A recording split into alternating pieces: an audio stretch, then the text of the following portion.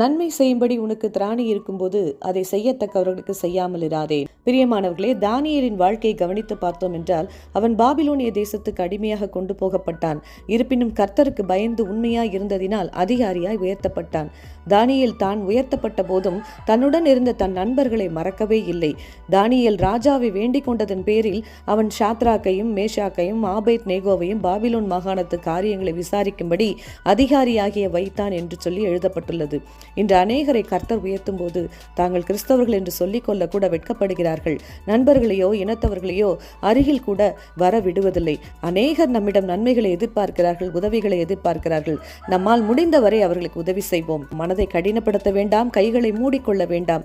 கனியுள்ள மரங்களைத்தான் பறவைகள் நாடும்.